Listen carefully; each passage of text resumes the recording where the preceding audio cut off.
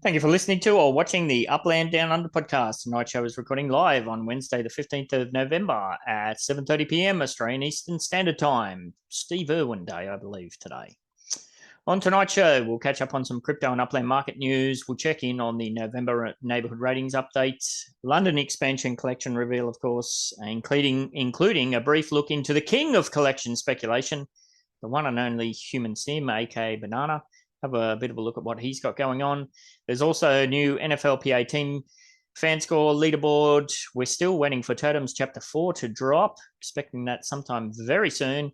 And there's a bit of a chatter today, and maybe it was yesterday it kicked off, but it was definitely all happening this morning about the potential copyright infringement pitfalls of UGC, user-generated content. So touch on that a bit. The main topic for this evening will be the new campaign that I've got underway for Samurai Aquatics to go global, a recent move from which my UPX balance is still in shock over.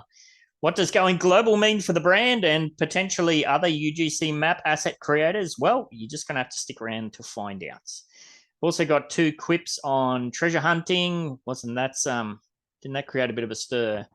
The old changes to treasure hunting. We've got a third quips on city releases. We've also got Metaverse, AI, NFT, blockchain, crypto, Web3 gaming, and Meet Suitiverse news to cover. And of course, there's some more Samurai Aquatics Map Assets to give away to both our live participants and our watchers, listeners from last week. No UPX prizes this week. More on that later. All that and more on the Upland Downunder Podcast. If you're wondering how you can take part in the live recordings of this very podcast, I drop the link to the Zoom every Wednesday night at about 7:15 p.m. Australian Eastern Standard Time in the NBA server. We're getting kicked off early today. I'm actually organised for once. A bit of a shameless plug again this week. Let me just bring that up. So if you didn't catch it last week, or if you haven't seen me spamming it here, there, and everywhere, this week's show is once again brought to you by Samurai Aquatics, one of the premier and original destinations for upland UGC map assets. For a limited time only, this November and December, we'll be offering the magnificent Samurai Sleigh for just 29,000 UPX or 25 USD. They've been getting gobbled up pretty quick. The Love Heart Jacuzzi is available for $12 USD. That's a USD only item, or you can win them on this show. These hot new items and many more are now available in our San Francisco and Los Angeles showrooms. And finally, the really big one relative to what's got coming up for end-of-year events, we've got the full set of 5 Christmas spirals now at an exceptional value of 90,000 UPX for all 5 after fees. So that includes all the fees or 75 USD. Remember, for those, you have to send me a DM, send Ben68 a DM to reserve the set of spirals because I have to set them up especially just for you. It's a whole bunch of showrooms you can pick from, or you can, of course, send legit burner swaps through as well. That's always an option. So that's it for that. Moving on. Now, I didn't do that's probably why I got so much time. I didn't do an AI-generated script for the market news, so you're back to just me running my mouth off, making it up as I go along. So I haven't even really looked at these, aside from patching in before. Thank you again to Swally, who sent through some of the city data. What's happening in the global crypto market cap? We're up nearly another 3%, now 1.37 trillion, looking very healthy. Interestingly enough, Bitcoin dominance has dropped by 2%, getting back down to the 50% mark. Fear and greed index still chugging away there. Was in the greed 73 last week, down to 71. Bitcoin dominance dropping, and if I look over at the coins, there's a lot of green on the shitey coins, so people pulling out of Bitcoin to hedge their bets and do a bit of speculative investing on the other coins. Bitcoin's very similar to last week, was 35,229 last week, 35,582 this week. Ethereum's up 5.4%, flirting with the 2K. Wax, Engine, Ripple, all down between 2 and 4 and 7%. Solana, look at that, 25%. Off the back of massive gains last week as well. Was $43 last week, now over $57. Oh, mama, that gets to the point where I better start looking at my bag and see if I'm going to take some old properties on that one. I'll have to check when I bought them because you've got to make sure that I've held all of those for at least a full year. Otherwise, tax man just eats you alive in Australia with capital gains tax. So, said Solana. EOS, not much of a boost there. 1.6% was 69 cents last week, up to 70. That might be one where I just might have a look at my bag there, and I'll check those stats on the last couple of weeks. It doesn't appear to have moved. I thought it was flirting with 50 cents. I guess it's moved a touch. Polygon also big gains, up 18.8%, pushing back towards $1 from 77 cents last week. Cardano up a fraction. Trons, it was down last week, back up 6% this week, back over a penny. Flow up a little bit. Avalanche, whew, that's kind of in the same ballpark as Solana. I might have to have a look at that. Up 28.7% from last week, was $12 and change last week. Now flirting with $18. Shiba Inu up 3%, and Gala also pushing up nearly 8%. Ooh, that's looking pretty good on some of those. Definitely gonna have a look in at maybe potentially pulling out some profits there. Anyhow, what's happening in Upland? 90 average transaction volume. Nice to see green on both of these, up 1.6% on the transaction volume. 34 million UPX transacted there. 90-day average trading volume that has been slip sliding away in the red little increments. It's good to see that turn around, up 1% exactly from last week. Unique active wallets down 3.2% from last week, was 55,970 down to 54,240. Total unminted properties, we're still over the 300k range, was 316,000 roughly last week, now 311. And so what do we have? 4,000 minted through the week. Percentage of property still minted. I actually didn't check that, but it's been 92% for so long. I guess it's probably still 92%. Right, cities. First thing straight away we'll talk about is what does the green and the red mean here? That's kind of my code to myself. As somebody who dabbles in buying for UPX to sell for USD, the one in green, in the dark green, which is Detroit, and the other two, London. It wasn't that long ago. London was the red. London and Queens. They're currently your best bet for buying for UPX and selling for USD. On the flip side, San Francisco, currently your worst bet for doing that, followed by Rutherford and Porto. Although, as I always say, if you're on the flip side, if you're buying for USD to flip for UPX, currently San Francisco is your best bets. What's the numbers happening there? Not a lot happening at the top end. Birmingham, 12.6% boost on the USD, $3.40 last week, up to $3.89. Now, I think I just caught in general before. I think it might have been Radished or somebody mentioned that there's only like 3 unminted properties in Birmingham, FSAs or something. So there's something going there. Something going on there. Bronx is also up on the UPX, on the USD, down on the UPX. So it's probably a case of USD flippers there, I'd imagine.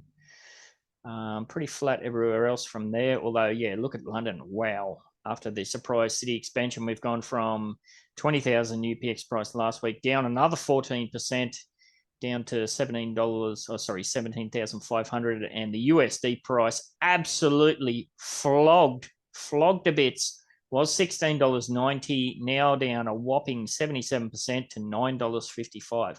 Holy. So it just goes to show you should, not financial advice, do your research, but putting all your eggs into a new city basket, probably not a good call, especially when we do know that cities like London and Tokyo, they haven't been released as full cities. Multiple expansions are undoubtedly on the way, which just completely trashes those secondary markets. So yeah, wow, 77%. On the flip side, LA's still creeping away from that $3 floor, up 11.7% on the USD, now $3.68. Manhattan down on the UPX, up on the USD.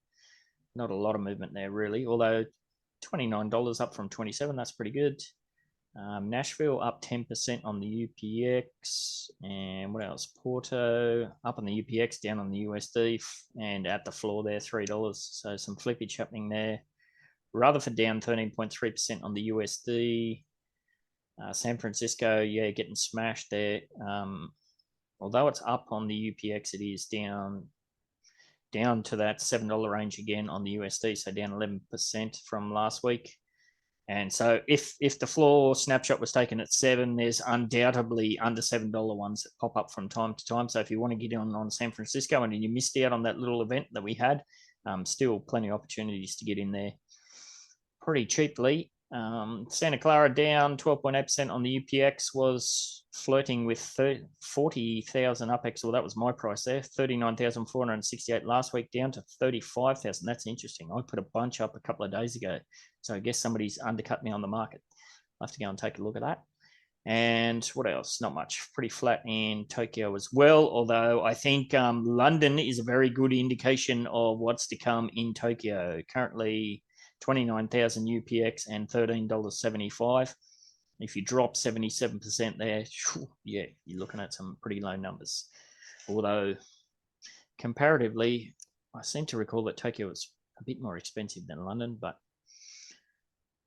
maybe not. So that's the market news. Didn't miss anything in chat already. So November neighborhood rating. So last week we had, I believe, it was Midtown Terrace barely holding out from Holliswood. I should have just kept screen share on that because it's the same thing. So Holliswood and Midtown Terrace are currently neck and neck, 13.274. Although, as predicted, Greenwich Village is screaming up the charts, now in third place at 13.190. Praia de Bandeira still there. Sherwood Forest is there. Merced Mariner, they're all big nodes. Quailwood rocketing up as well. Downtown, South of Market, Dogpatch, and then you've got a few other ones as well. But yes, very interesting to see how this plays out because, yeah, there is a big push at the moment with Greenwich Village. Don't really know what Radishhead's got going on at Holliswood, but it's obviously something. And Midtown Terrace, I redid a couple of builds there, which boosted our score temporarily, and then it dropped down a couple of points after that. So it's been kind of interesting to see how that whole thing plays with it. I still don't think, probably nobody except Rodrigo, who's part of Quailwood, really has a handle on how that's all best played with. But yeah, I expect the Manhattan crew might just pip us at the post for that one. Have to wait and see. There's your first wait and see. Have a drink. So yes, the big event through the week, I suppose, apart from treasure hunting getting axed, which was monumental. Now, I'm not a treasure hunter myself, so if I was to gab on about that, I'd be literally talking straight out of my ass. Old mate Swally, of course, very disappointed with the news. As somebody who's gone all in on treasure hunting and webs and whatnot, I guess he'll be waiting to see when that can be addressed and we can get web-based treasure hunting back up and running hopefully soon. The few always spoil it for the many, unfortunately. But yes, we did have the London city expansion, as we said in the market news. So I did get up at Mofo AM. I thought it was weird, this one. I thought it was 3 o'clock was the 9 a.m. PT release time for me. So I figured I'd get up at 2:40 a.m. and that'd give me enough time to, get myself set up, situated, ready to go, this, that, and the other thing. But we didn't actually we got the 5-minute warning at 9 a.m. PT, which was, I thought they moved on from that. I thought we were getting the 5-minute warning prior to that. And then at 9 a.m. PT, it all kicked off. So whatever it was, eventually we got it come through. So we had neighbourhoods, Brompton and Handstown, Campton and Chelsea Riverside Streets, Kensington High Street, Kings Road and Portobello Road. Yes. So the first thing that stood out to me when I looked at the announcement in Upland, I was like, well, what's the bloody rarities on these? Don't they usually always state the rarities? Because I'm thinking, well, I got up because I want to get some collection properties to help boost my dividends. But if the neighbourhoods were all limiteds, well, I wasn't going to bother getting them, limiteds or standards. So I wasn't going to bother, but I don't know. So I had to do a bit of clickety-clacking around and eventually found out that Camden was an exclusive. So that's what I personally set my sights on. All the streets, of course, I believe they were all gobbled up. Now, there was people, shout out, I saw to Guinea Pig Girl, I believe. She got caught out. It might have been Portobello Roads or Kings Roads or one of those where she had her properties up for sale and kind of forgot about it for the collection release. And some lucky person, just gobbled them all up. So You know, Upland puts the warning out there. Plenty of the broadcasters, myself included, put the warning out there. Heaps of people in the community put it out there. If you don't want to lose potential collection properties, yeah, don't put them up for sale, or put them up for sale at a price you'd be happy with if they sold at an ultra rare price. So, yeah, pretty dodged that one. You'd be a bit disappointed if you woke up and went and thought, oh, yeah, I've got properties there, and zoinks. No, you check your messages and they're all gone skis. So I believe, yes. So I'll do a bit of a snapshot into what I got. I was only after that that exclusive collection. So I saw there was a bunch of properties in this one area. So I went all in on that, made sure I was right in the area to grab them as soon as it went green. And I grabbed a set of 3 there. I believe it was quite expensive. It was 2.1 mil or something crazy. But that added another 55,000 UPX a month to my dividend. So, of course, they're long-term hodl ones, those ones, because with the amount of properties I've been selling, my dividend rate has been getting smasherooned. So what does that leave us left for collection properties in London? Over on here at upxland.me, which has had a bit of an overhaul on mobile. Perhaps I need to clear my cookies or something, but it looks like the same old on my laptop. But I know it's definitely had an overhaul on my phone. So currently I've got Chelsea Riverside there, but I believe that's all minted out. There are properties still available in Campton and Brompton and Handstown, but you're going to have some pretty deep pockets. There's swags and swags and swags in Brompton and Handstown. Currently the floor there, or to mint a set there, is what you got there, 180, 195,000 UPX to get a set there. And then, of course, if we go descending, then you're looking at the Camptons. If you want to get a set over there, then it gets way more expensive. I had a look before. I think they're 700K or something. Let's see if UPX World can come through with the goods. No, that's still Brampton. So there's still some big ones there. I didn't go for the limited myself. I'm trying to restrict my FOMO to at least exclusives, or if the off chance to get a rare comes in, a rare collection. So yeah, you can still pick up a healthy set of Bromptons there. 753,000 UPX, 600. When do the first Camdens kick in? There we go. Camden 300K. So you can get a very nice set of Camdens there for $1 million. And then I believe, yeah, there's still a few there down to the 200, 260K, 200. There's still plenty available. Heaps, actually. Come to have a look at it. So yeah, you can still pick them up for around the 180K mark each. That's pretty good. So if you happen to get yourself some collections, good on you. And Lily's in. Hey, Lily. I said before we got kicked off, no swallow this week, so I'm going to be extra gas baggy. So if at any stage you want to jump in and slap me, please do so. So I mentioned at the top that one person in particular seemed to do very well with the collection reveal, and that was old mate Banana, or the human sim. Now, he shared this image at the collection reveal. I saw this pop up in general, so I'm sure I'm at liberty to share it here. So this is from his one of the guides he puts out ahead of the collection reveal, and Portobello Road, he nailed that one. Campton, he's got the rarities there mixed up, but he's got that. Brompton and Handstown, got that. Kings Road, got that. Chelsea Riverside, got that. Kensington High Street, that rings a bell too. I don't remember from the first stage. So yes, Banana's done exceptionally well there. So if you manage to get hold of the Banana Man's guides, good on you. I think that probably worked out very well for you in the end if you followed through with it. Now, he does have a website for this, and forgive me, human, if I get this mixed up, but I believe these go for 15,000 UPX. Does that sound right? Maybe Lily might know. She can correct me in chat, which I can't see at the moment. So yes, so this is HSBS Upland Minting. My gosh, Banana, what a horrible bloody link.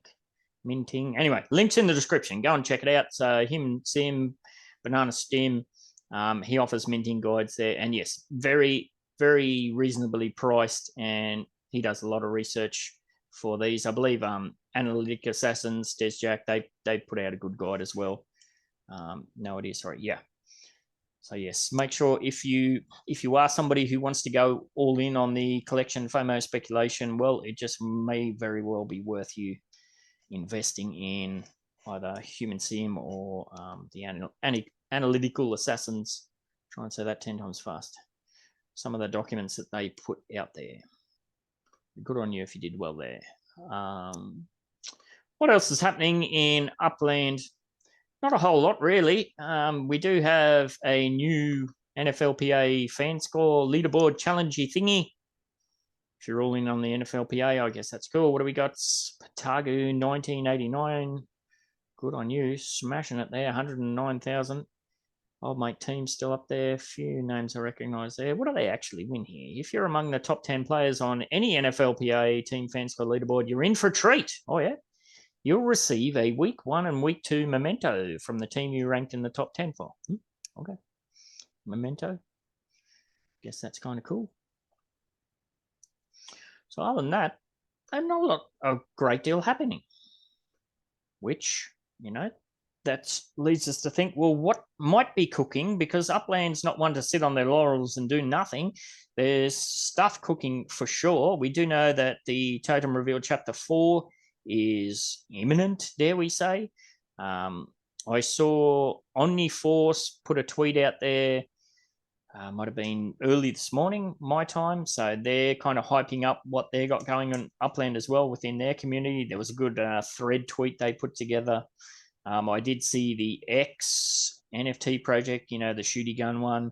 They're putting tweets out there kind of promoting Upland as well. So no idea when all that stuff's going to drop, but hopefully sooner rather than later. Still plenty of speculation around for Tokyo expansions and who knows what else.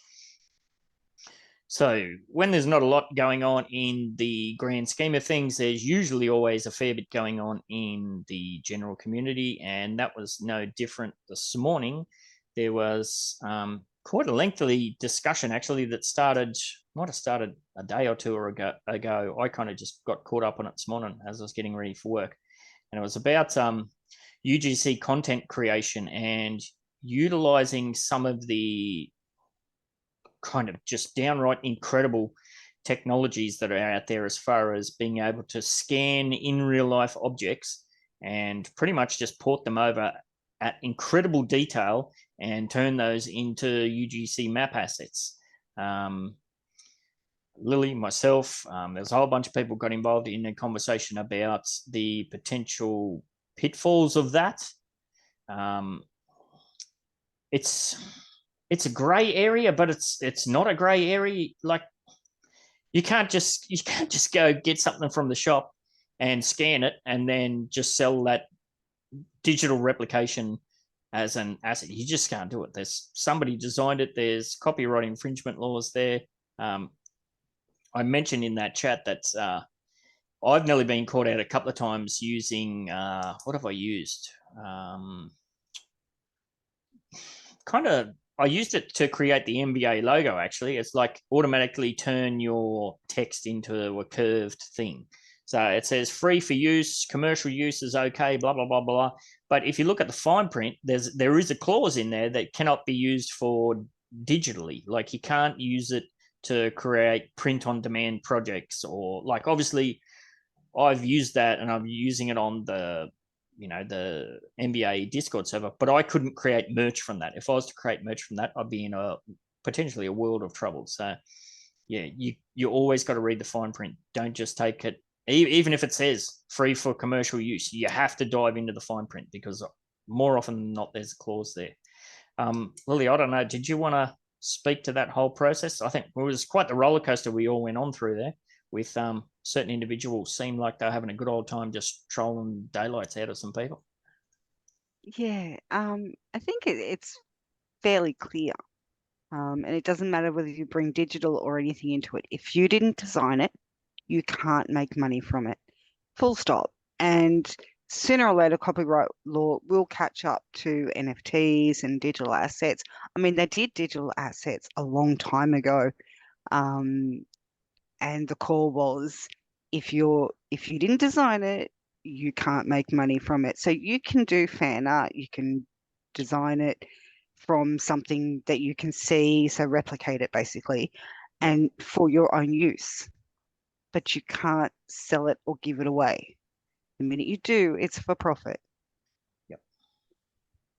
Yeah, and it's the more advanced these kind of tools get, the greater the temptation is going to be there for people who perhaps don't have the 3D skill set to do it themselves. I mean, the capabilities of what they can do is quite mind-boggling. But yeah, it's, the chances of getting found out and sued, yeah, sure, it is slim probably, but I think it might have been you, was it? Where you said, well, there's the moral obligation as well to consider. Yeah, I mean, it's not moral to replicate somebody else's piece of art. Yeah. If you had a piece of art and somebody did that to you, and you found out about it, and you didn't have a lawyer or the money to use a lawyer to, you know, get that back, you'd be really, really upset. And let's face it, most artists don't have lawyers because they don't have money. Yes. Yeah, it actually happened to me, and you just made me think of that now. Actually, it happened to me. Geez, it'd have to be maybe 15 years ago.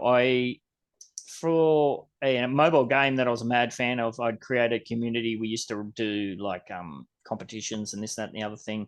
The Stickman Golf series. Now, I created a bunch of guides there, like, if you zoomed in and I took a screenshot, if you put it at angle this and so much pressure this, well, that's how you get a hole in one, blah, blah, blah. I spent like months and months and months putting this guide together on what was essentially back in the old forum days. And somebody took all of that and made an app out of it. So, yeah. Yeah. So it's insulting. Yeah, I was furious. I contacted Apple and they were basically like, meh, what are you going to do? I couldn't believe it. Yeah, it's pretty sad. Yes. So Cernus4 has said in chat, Upland stock cars have the Shell logo and a recent wearable has a Harley Davidson style logo. Yes, the Upland, what was it? The London Rebel one or something like that. Would be very curious if Upland added these partners with licensing agreements due to copyright trademark concerns. I mean, you would think that the stock car Shell logo, that would probably transfer from that series. But yeah, that's the back of that shirt where it's essentially the Harley Davidson logo and they've just replaced it with Upland words. If they haven't got clearance for that, that's Upland themselves doing that, which is, wow, that's next level sketchy. Like Upland has lawyers that they've got to be all over this stuff, surely. Well, it is still a grey area. And, yeah. People say, oh, but it's not enforceable. It is enforceable if somebody really wants to. I mean, it depends on how much money they've got behind them to throw at it, is really all it comes down to. Because, if you're a corporation, and I mean, it's happened before, like people have ripped off shoe brands digitally and ended up being in a whole lot of trouble. The same thing happens for anything. It's not worth losing your house over. No, definitely not. We've got one of the articles we're going to cover for the Web3 news. It's pretty much bang on this topic. So yeah, that logo on the back of that jacket, yeah, if Upland hasn't got approval for that, maybe they'll get away with it. But I think that just sets a really bad precedent. So who knows? Maybe that's a hint that we're going to have a motorcycle partnership and we're all going to be zooming around racetracks on motorbikes or something at some stage soon. We'll just have to wait and see. There's your second one. Have another drink.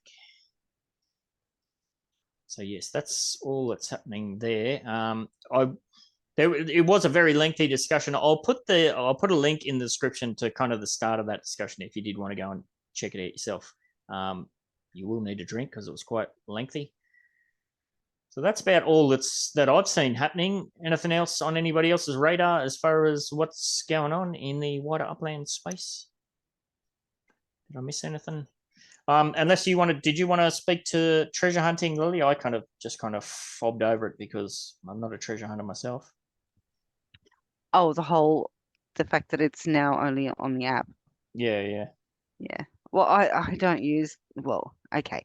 I didn't use the app because I can't use my phone to do things like that because it's just too small. Yep. It's not that it's not good quality, it's just too small. Even though I can see, I feel like I can't see. So I don't use my phone for, anything web related except for banking. Yep. I don't even, unless I'm in dire straits at a store wanting to Google something about a product. Other than that, I won't use it for things like that. But yeah, so they stopped it and everybody's up in arms and upset. I downloaded it to a tablet that I have. I've got a Samsung tablet and I've done a few hunts. It's not too bad. I'm sure I could get used to it, but the thing is, a lot of the same people were also the people screaming, there are cheaters, there are cheaters, there are cheaters. You Yeah, can't have it both ways. You can't ask them to fix it and, then say, oh no, bring back the web. Like they took it away so they can fix it. Yeah. And you just have to give them some time. Yeah, it's careful what you wish for. But yeah, it's fully understandable to think, well, they've just thrown the baby out with the bathwater on this one. But maybe, as you always say, we can't know what they know. So maybe they saw something, there that they had to act immediately on. So Yeah. understandable, but hopefully they fixed it. It has always been a mobile first app. Yep. They've always said that. So the fact that we could hunt and do things on the web that, they couldn't do on the app was like, because we can buy an USD, but you can't do that inside the app, Yep. And we have bigger screens to hunt. So that was benefiting us, especially if you've got a bigger, fast computer. But I don't know. It's no, they can't win, can they? Yeah, no matter what, they can't win. Yeah, there was a couple of nights ago, I could see the Upland General was kind of starting to become a bit of an S storm about it, and I tried to offer a bit of historical perspective. Upland has always made changes to treasure hunting since it first became available. They've always adapted it, changed it. What treasure hunting looked like 3 weeks ago is very different to what it looked like when it first came out. So, yeah. And what's Caesar said in chat here? I like that. So now that they have axed it on the web and it's only available on the app, they can bring back those mid-red arrows. That would be a nice olive branch to ease some of the drama if they were to put that back in on mobile. It would. It very much would. But as Caesar said, I don't think they're going to do it. Yes. It would be nice if they had to come out the gate and said, hey, this is what's happening. We're shutting it down on web. However, we're putting the mid-red arrows back on the mobile version. Away you go. That would have eased a little bit of the butthurt. Yes. Yeah. People who get upset about things sometimes just need to let it sit for a while and sink in because sometimes they get too vocal when they should be getting vocal at their screen with a mute button on. Yes. Go outside and rage to the magpies or something. Yes, absolutely. Sinessa said, when was the last time Upland nerfed treasure hunting? Well, it's been a continual process. Probably the last 8 months. They've kept, I forget the specifics of it because again, I'm not a treasure hunter myself, but I know the treasure hunting community has been up in the arms several times this year. So. Yeah, I think he means, they haven't made it any better. They just keep taking stuff away. Yeah. And that's precisely true. They have not given us anything good for treasure hunting in a very long time. Yes. Hang on. He said, when was the last time it was buffed? What do you mean by buffed? Like polished and made better. Yeah. Well, as part of that chat that I had, I shared some videos and screenshots from way back in the day. If you don't remember, when treasure hunting first became available, of course, it was only in San Francisco. There was hardly any properties minted, so you had to jump here, there, and all over the bloody place. Arrows didn't really help you a lot because every property was just miles away from every other property. But if you got the timer for one of the treasure hunts that was coming, if it's the next exclusive hunt's going to be in 4 minutes or whatever it was, in that 4 minutes, you could jump to as many properties as you could all over San Francisco. And this is where the idea of a web first started to be developed. So 4 minutes ago, I would jump to every property I had in San Francisco. And back in those days, everywhere you landed, it would leave you a little tiny tail. So now we know that if you're on a property and you leave that property, your tail leaves with you. But that never used to be the case. You used to leave a fraction of a tail there. So you could jump to 20, 30, 40 properties if you had them in the day. You'd have a little tail there. Obviously, there's a time length on that tail. Like if you landed and left too soon, well, your tail would have been very tiny, and then it starts to disappear. So you had to kind of time it. You wanted to be there long enough to get a decent tail so it would hang there for a while, but not too long. Otherwise, you're not going to be able to jump to as many places. But that would allow you to get awesome triangulation for free. So the treasure goes live. You could click on any one of those properties that you still had a tail on, and you could see the treasure hunt hint from there. So, and back then there was no cooldown. It was not uncommon in the early days to see the same person get every single treasure for 6-8 hours. You're talking hundreds upon hundreds of thousands of RPEX just getting gobbled up daily. So that's yes. what the day. Well, yeah, I mean, this was super frustrating as somebody who was trying to hunt, and it was just the same person over and over and over and over. Yeah, because they had a good web and they were utilizing this pre-jump strategy to the best. And yeah, I shared a couple of screenshots where that was back in the day when I was going to say not Laban. What's his name? Idan. Back in the day when Idan was very active in the Upland general chat, and myself, Junjun Pignol, or however you say his name, and a bunch of the other hunters and people were saying, look, this is what's happening.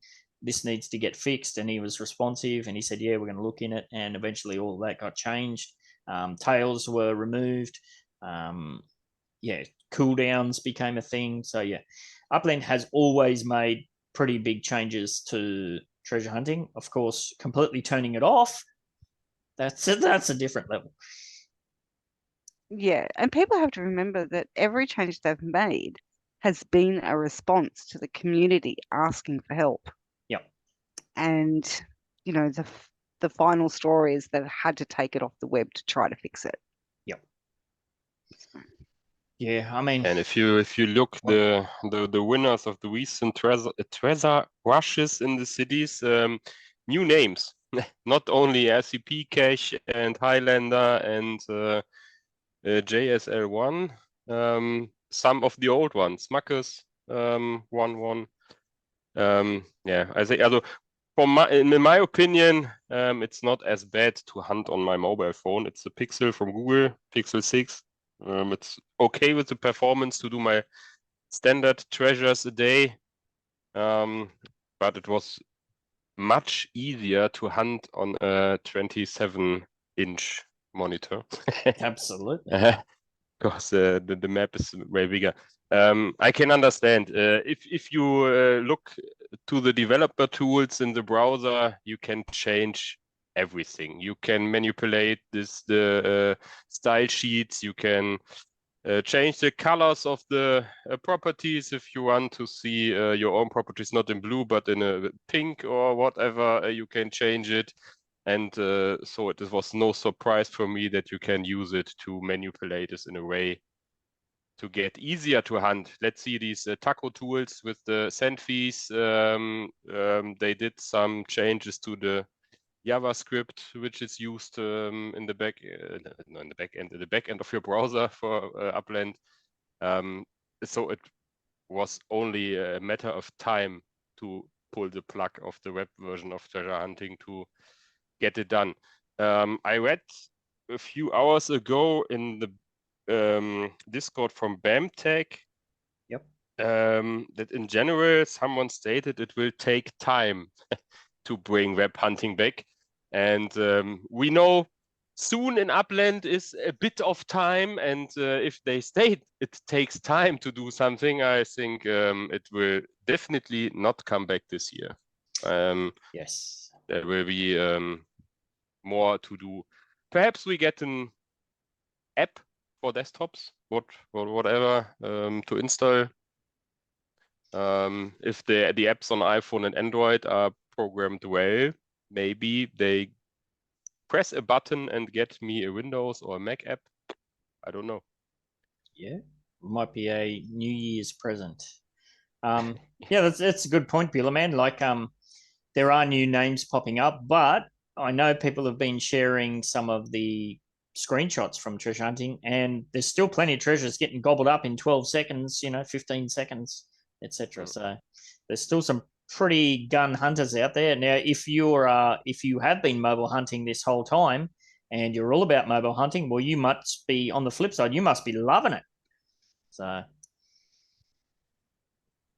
Yeah, I mean, nobody said that everybody who was getting a fast treasure was cheating, because we know that they're not. We know there are some really fast hunters out there who use phones to hunt.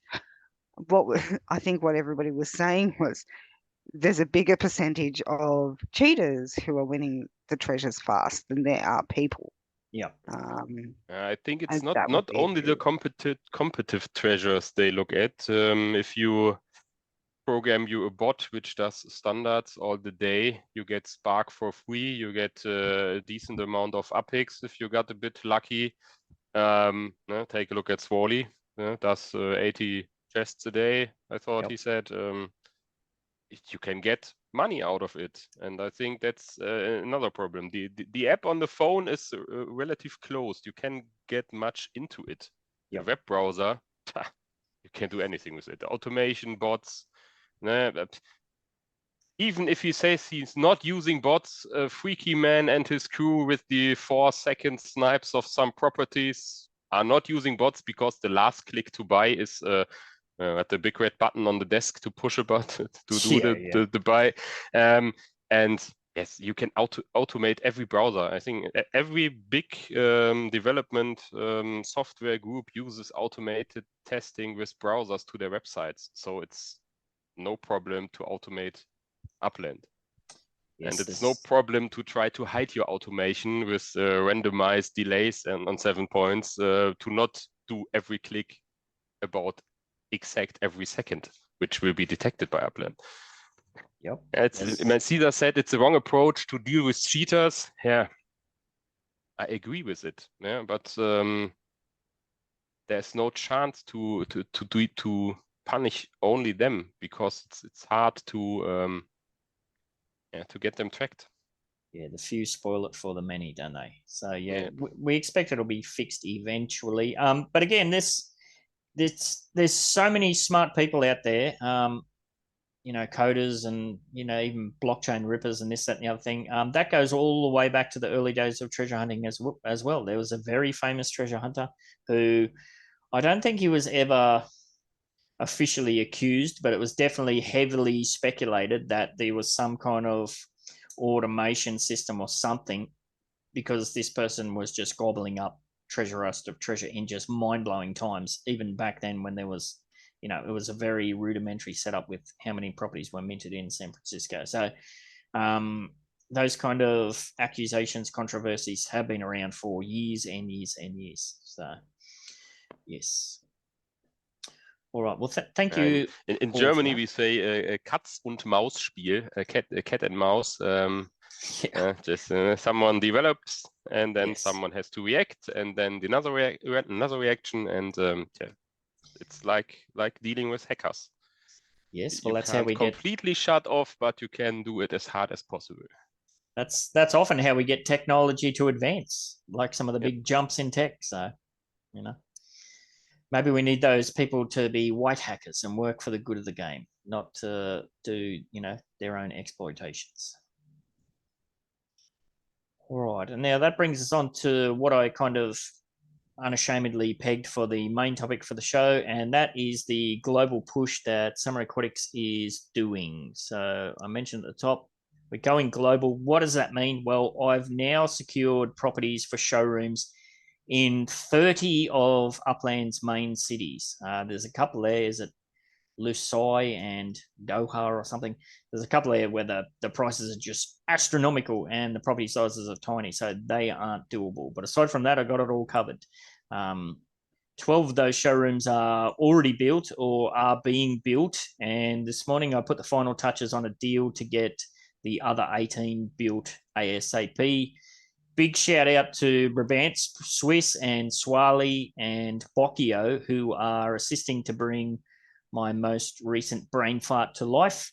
So what does this mean? Well, this means that assuming all of the current and upcoming MetaVenture applications are approved, Samurai Aquatics will have a significant business foothold in Arlington, Bakersfield, Berlin, Birmingham, Bronx, Brooklyn, Buenos Aires, Chicago, Cleveland, Dallas, Detroit, Fresno, Kansas, Las Vegas, London, Los Angeles, Manhattan, Nashville, New Orleans, Oakland, Porto, Queens, Rio, Rutherford, San Francisco, Santa Clara, Sao Paulo, Staten Island, and Tokyo. And of course, any cities that we get out to as well. Shout out also to some of the node managers who work with me through the week, including this morning, to get some of those showrooms situated in their nodes. When I sat down the other night to do this, I had a look at my inventory, and I actually had suitable properties in nearly all of them. And the ones that I didn't have, last night I dropped 1.5 million UPEX to get all those secured away. 1 million UPEX of that was just to secure a property big enough for a small showroom in Rutherford.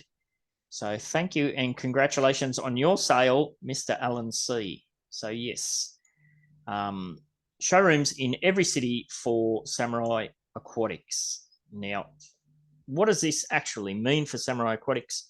Well, what I'm hoping to do here, I'm basically taking a gamble. I've spent last week, I think I moaned about it in last week's chat. I spent 26 hours, I believe, last week moving map assets from the San Francisco showroom, from the San Francisco factory to the various showrooms. Now, I told my partners in crime the last time I let the factory get full of decor and it took me 30-something hours to clear it off, I swore I'll never let this happen again. Well, guess what? I let it happen again. I'm determined this time that I'm not going to let it happen again, so much so that previously, when I used to list items in the inventory for the factory to be produced, well, I just click, 20 of this, 30 of this, 50 of that, and I just let it run wild for days and weeks. Well, I'm not doing that anymore. I'm looking at it on a day-by-day basis, so I can kind of get a gauge for what I put in there, and how much spark is in there is how much it's going to output for the day. Because if you don't know, it's very easy to put items in the manufacturing queue in the factory to be manufactured. But if you want to remove those items from the manufacturing queue, you have to do that individually. And I believe, correct me if I'm wrong, Lily, if you know, I think it's 3 clicks. You got to click on it. Are you sure? Yes, or something. So imagine doing that 300 times if you had too many in the list. So yes, I'm only putting stuff in the factory to be manufactured that's going to be manufactured on that day. So hopefully, and obviously if I get busy in real life, well, I can just turn the factory off. I'm not going to let it just run rampant anymore. So that's part of it. But why go to Samurai Aquatics to every city? Well, we do know that transportation mechanics are a thing. Now, who was that? Was that you, Laban? Somebody shared an image that they found that Upland had put out where, now I've been complaining about this with Halloween season. I didn't put up any structure ornaments because moving crates. Yeah, it was. That was me. Yeah. I didn't put up any crates because it's such a pain in the ass moving crates to all your different properties, yada, yada, yada. Well, Laban found a screenshot where and this is an official Upland one, where it has a drone flying over the city with, guess what's attached to it? A bloody crate. So, ooh, that might be a little bit of a sneak peeky into the future.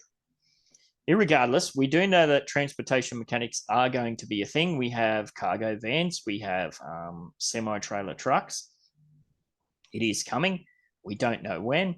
My guess is sometime next year.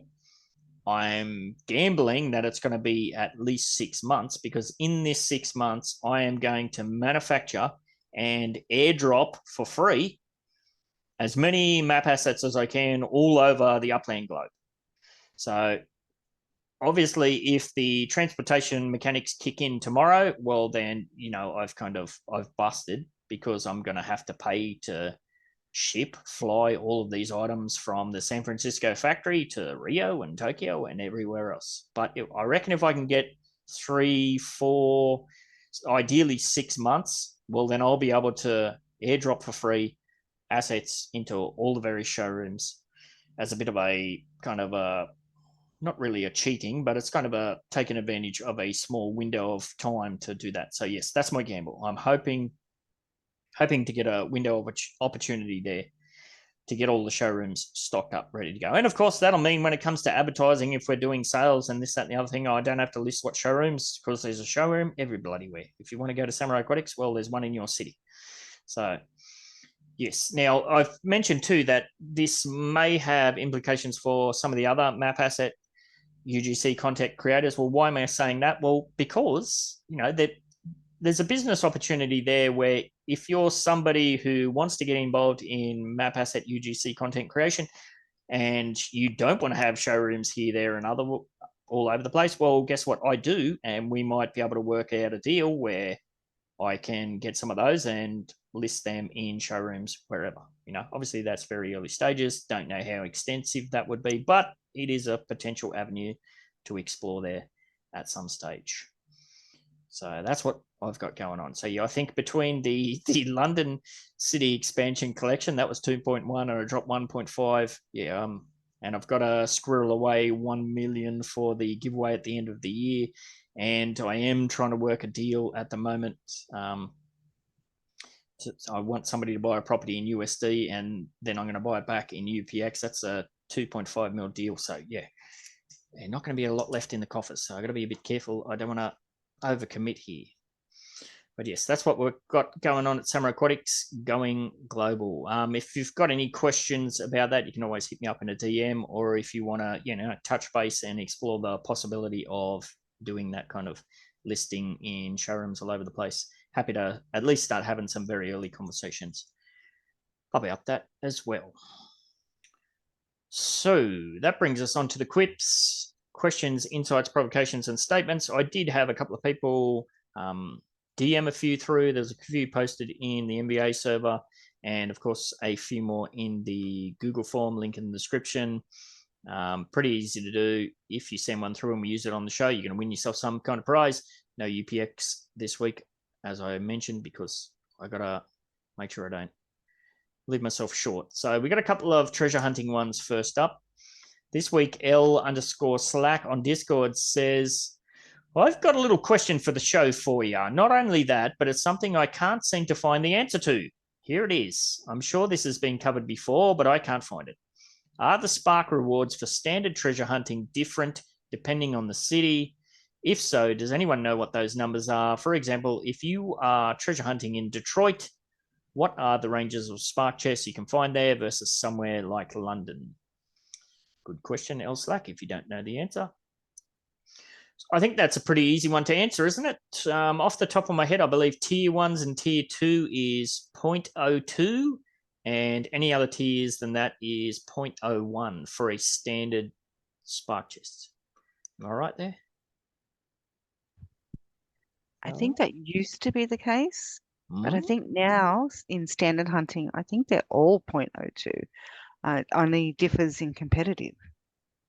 I think. Don't quote me on that. Yeah, it definitely used to be the case where the lower tiers was a lower amount. Caesar says no, it stayed the same, meaning it's 0.02, no matter which city you're in. Is that what you mean, Cease? No, Correct. I think tier 1 and 2 is 0.02 and tier 3 to 5 is 0.01. Yeah, that was my understanding. I don't think in my hunting past in Bakersfield I get more than 0.01. I don't think they change it. Oh, okay. I haven't hunted standards in a lesser tier. I only ever do tier 1 for standards. Yeah. I started my career in Bakersfield. Nice. Well, when you start in Bakersfield, there's only one direction you can go, and that's up. So well done. Yes. Now I brought this up here. This is from way back in June, Spark Week. This isn't standards, but yeah, it shows that at least for the Spark Week treasure hunt, that was always tiered there. Even between tier 1 and tier 2, tier 3, they were all different. So yeah. We might have to follow up on that one. I bet if Swaley was in, he'd be able to answer it. But yeah, we got conflicting information there for you, L-Slack. Sorry about that. I'm sure perhaps somebody on the YouTube comments can follow up, or in the NBA server, or tag me in Upland General or somewhere, and we'll try and get that proper answer to you. So that was L-Slack's one. Sticking with the treasure hunting theme, Wolf Warner says, question for the show, if treasure hunting is being manipulated on the PC browser side of things, which we just talked at length about, oh, interesting, then could this new update affect racing also? You do have the option to race on PC or mobile. Is it possible to manipulate a browser to give PC racers an edge?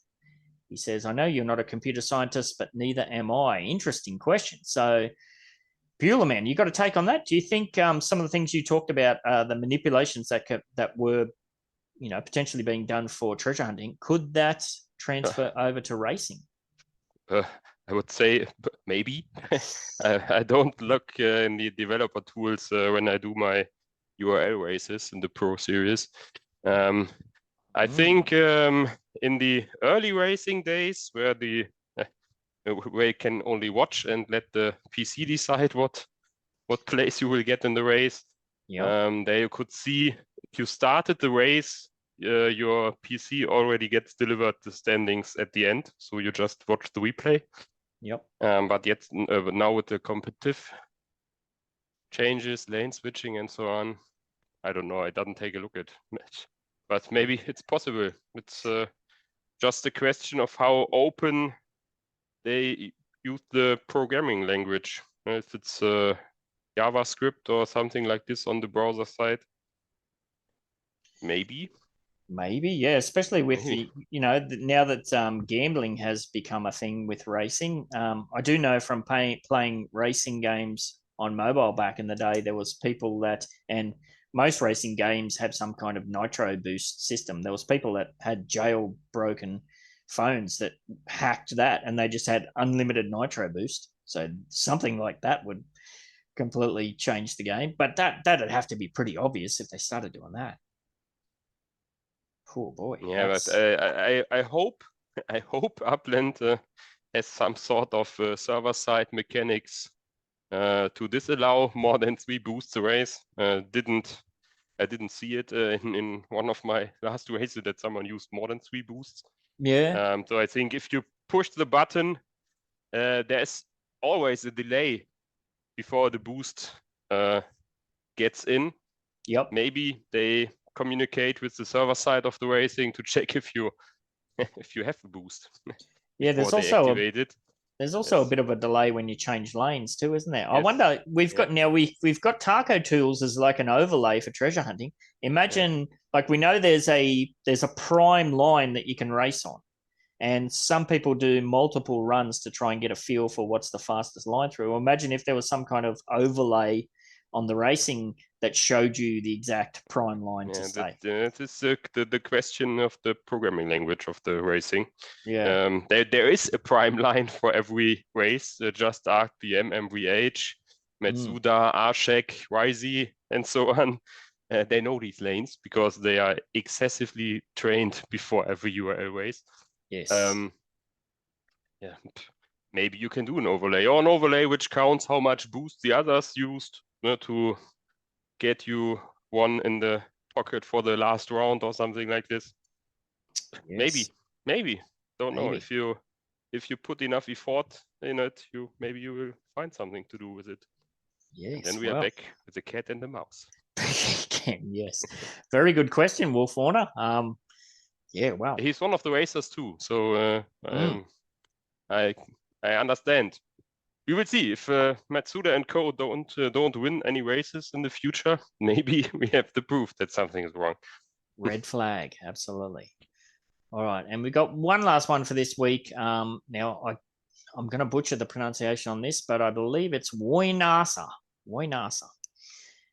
Says, currently city releases are a free-for-all with the excitement over and done with quickly. A suggestion, hopefully to be considered, with a how can we rather than why we can't mindset. Could we extend the Lost Block Explorer concept to city releases rather than vanilla releases? So I think he's talking about that San Francisco Block Explorer deal with the forgotten properties. Different block explorers could be created prior to the release for each collection.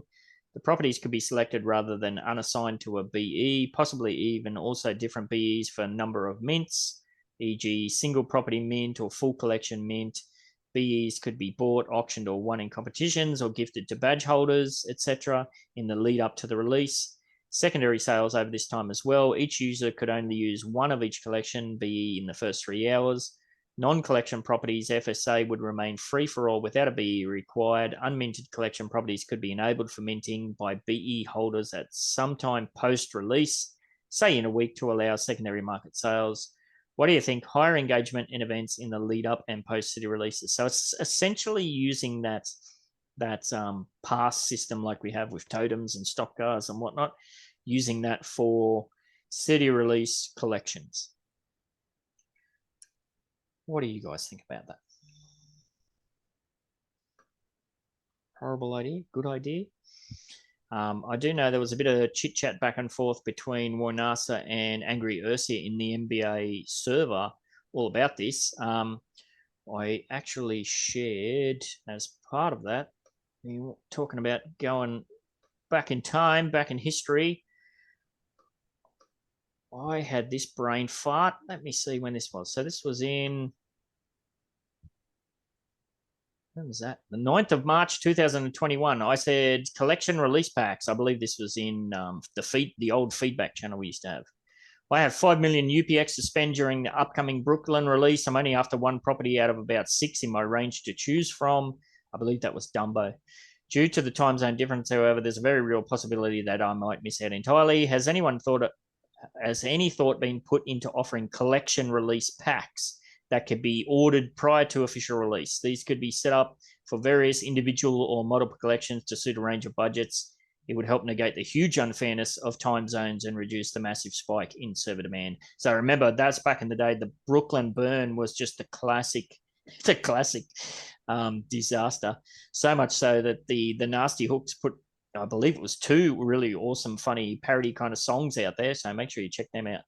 So yeah, this idea has been floated about, talked about for a very long time, but we do see now that Upland has this kind of system in place. I don't know.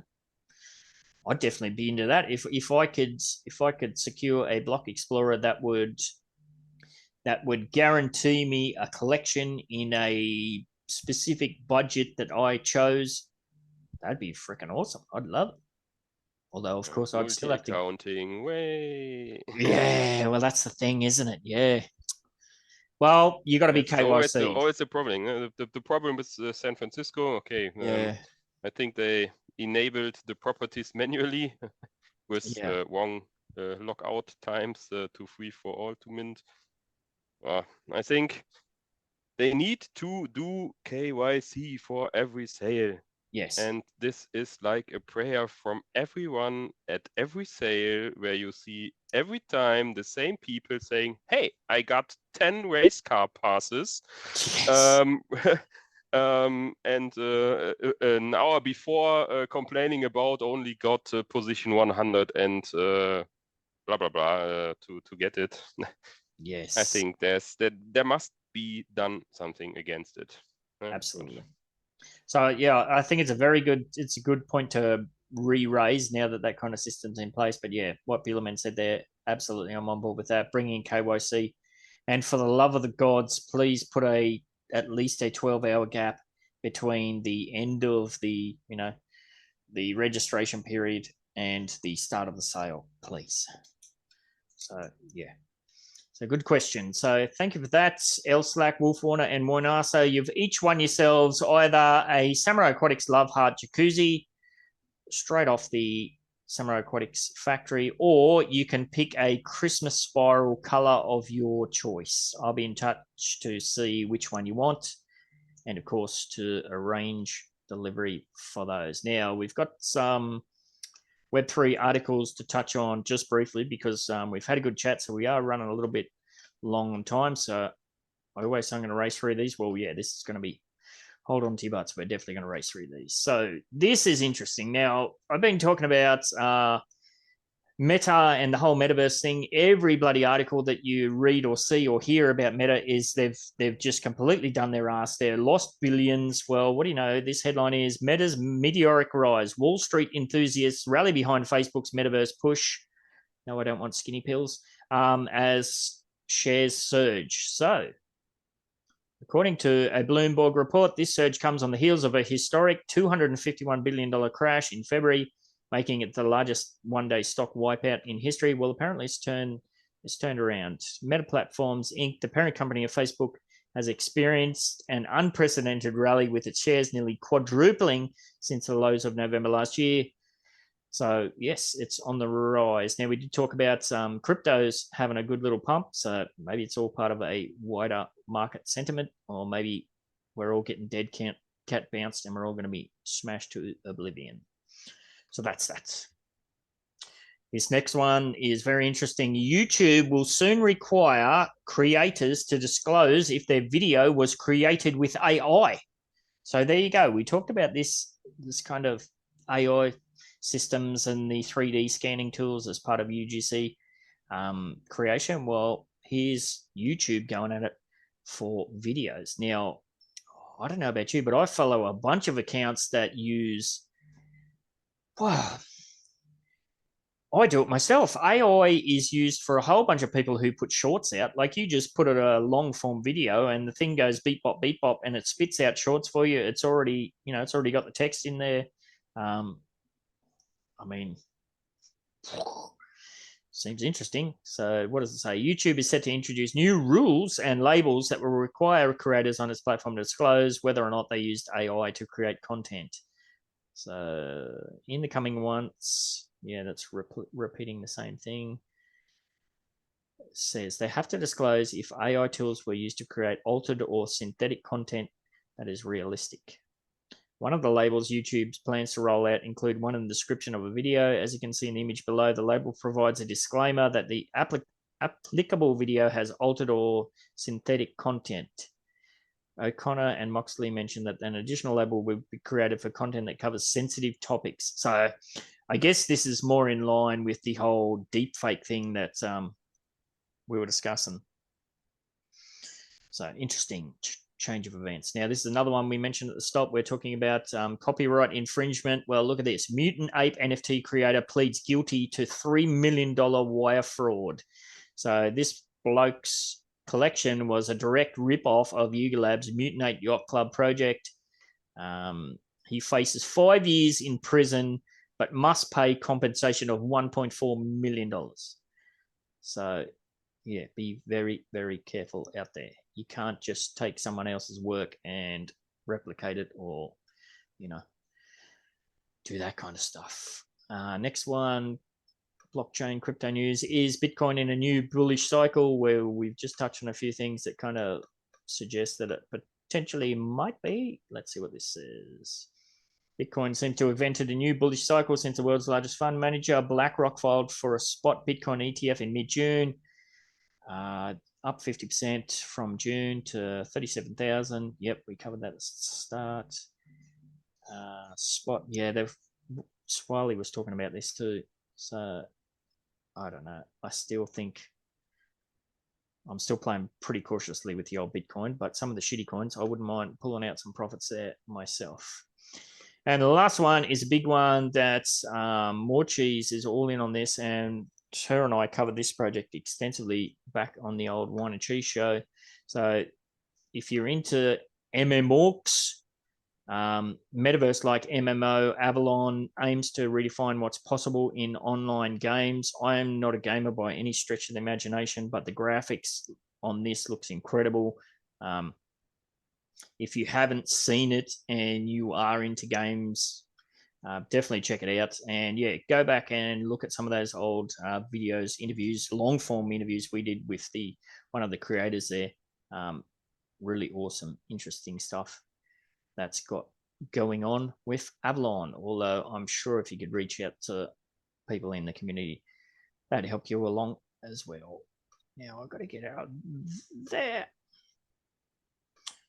So what does that bring us up to? Meet Metaverse news. I'm just going to run through that. I'm not going to bring it up. There will be a link in the description if you do want to check it out. There is a company called Humane has brought out an AI wearable pin that you can wear that's attached to ChatGPT.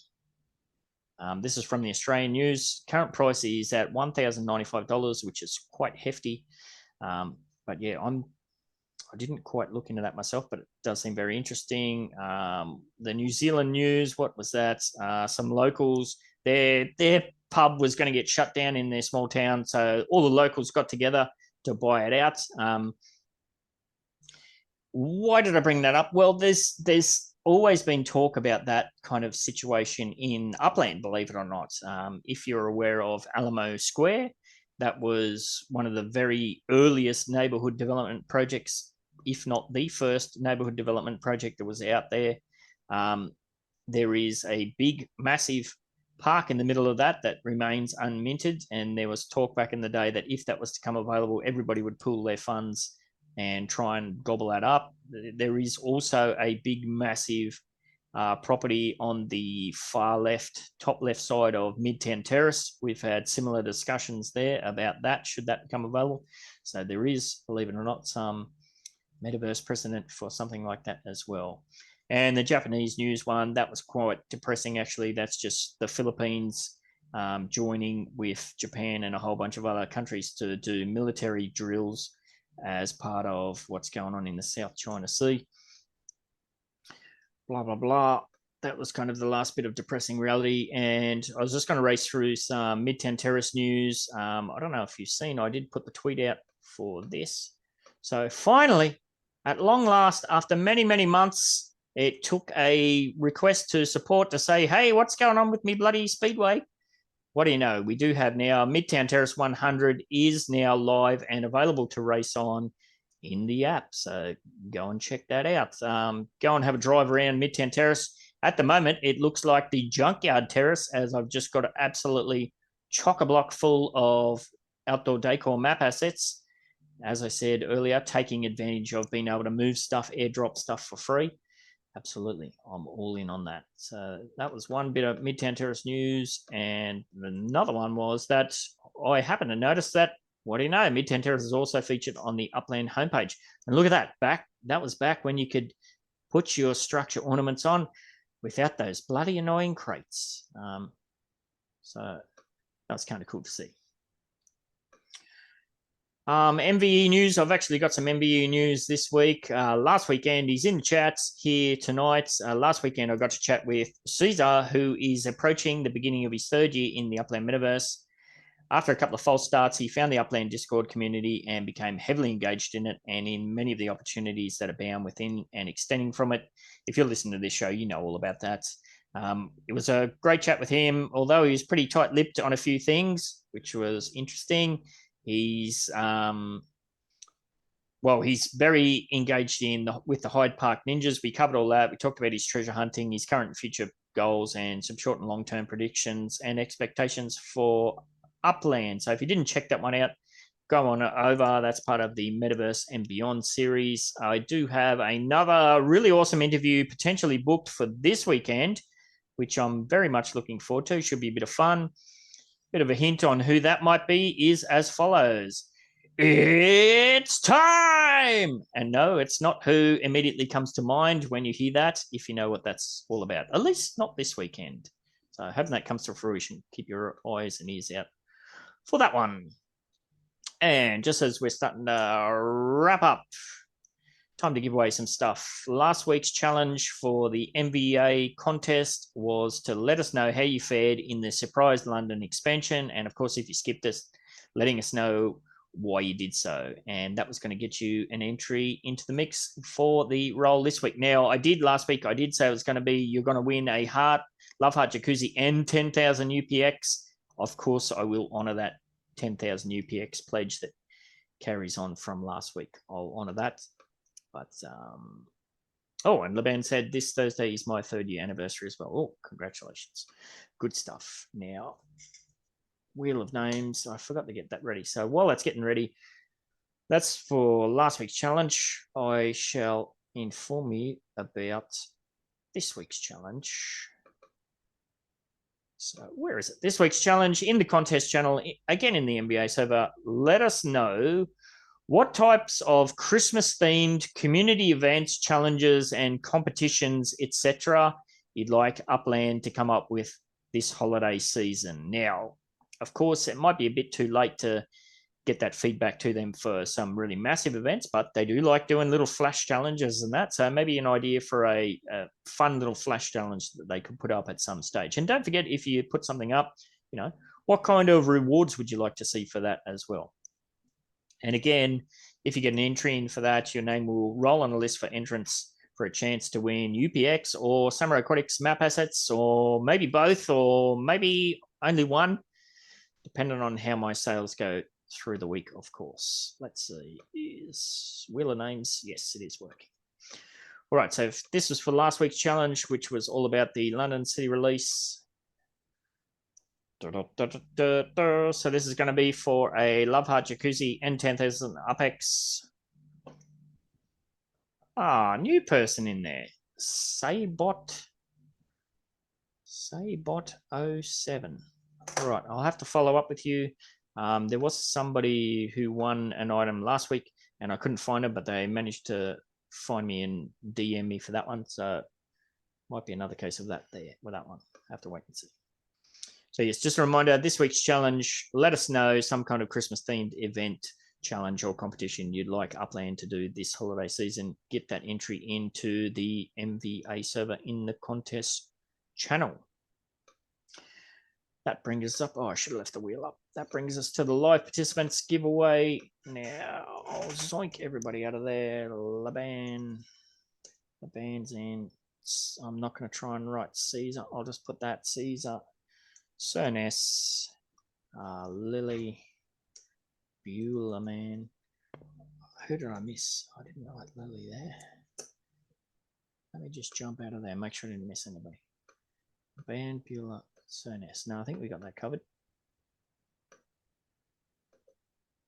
All right, now what did I put this down for? So, you're gonna win either a Samurai Aquatics Love Heart Jacuzzi, or same deal as I said before. You could pick a Christmas spiral color of your choice. Up to you. All right, let's see who's going to win. The band's missed it. Caesar or Sir. It's a borderline. I think Sir might have it. Oh, Caesar's got it.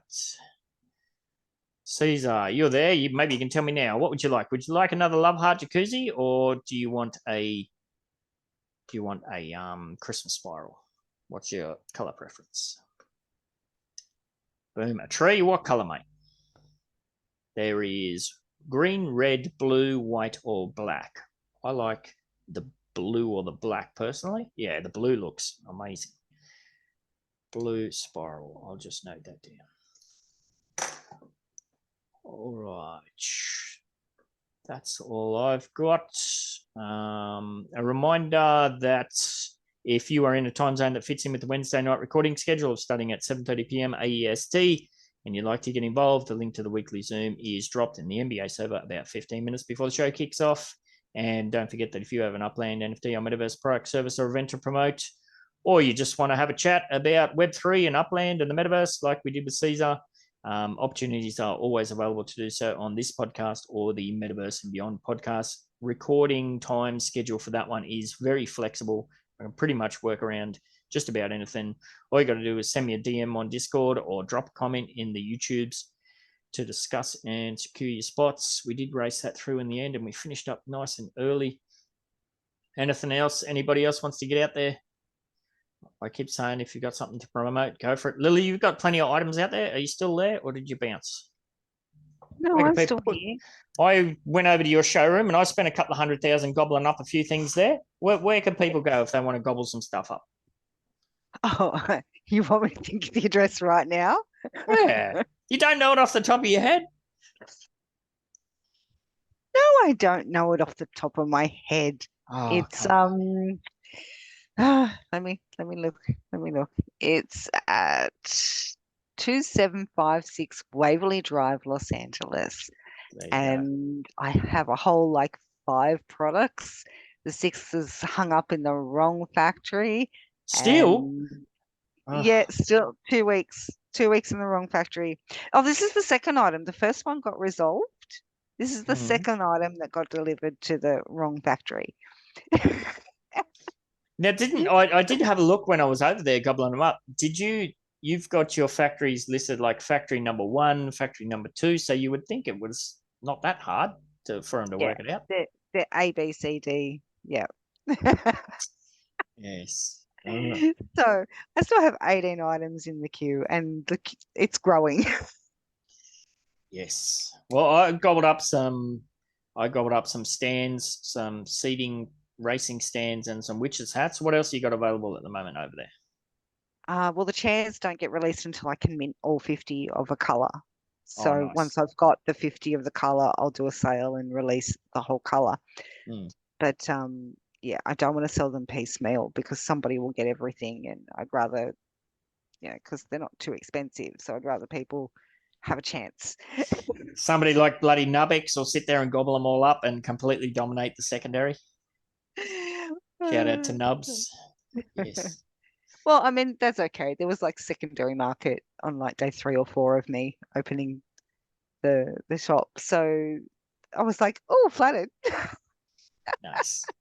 Well, that's good. And Ace has been selling stuff in London as well. So yeah, cool. Very good. So make sure you go and check that out as well. And what's the band said in chat? Totems, 5 days left. Yeah, I expect. Normally we get news. What is it? Normally we get it Friday morning our time. That's often when they do some big news. So wait and see. It'll be sooner rather than later, that's for sure. All right, on that one, have a great week, everybody. And yeah, have fun out in the Metaverse. Later.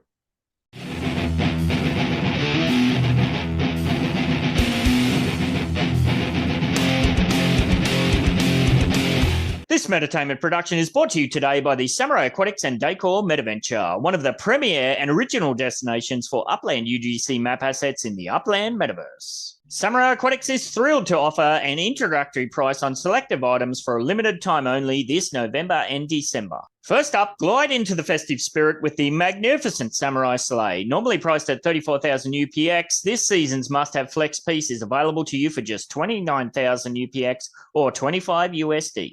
And for those of you out there looking to add a touch of romantic style to your upland spaces, the Love Heart Jacuzzi is making a splash. Regularly $15, it can be yours for the introductory price of only 12 USD. This is a USD only item and is the perfect asset for you to pretend to warm up those chilly upland evenings all by yourself or with your special someone or someone's. Ooh la la. And lastly, don't miss the full set of 5 Christmas spirals, a colourful addition to any of your structures or blue pixels in the Upland Metaverse. Now at an exceptionally value of 90,000 UPX or 75 USD, down from the regular price of 126,000 UPX or $126. To reserve your set of Christmas spirals, you have to send a direct message to me, Ben68, on Discord. Sale is on now at 30 Aqua Vista Way in Midtown Terrace, San Francisco, and will expand to our other showrooms in the coming weeks. Remember, these exceptional deals are only available in November and December. それでは、失礼いたします。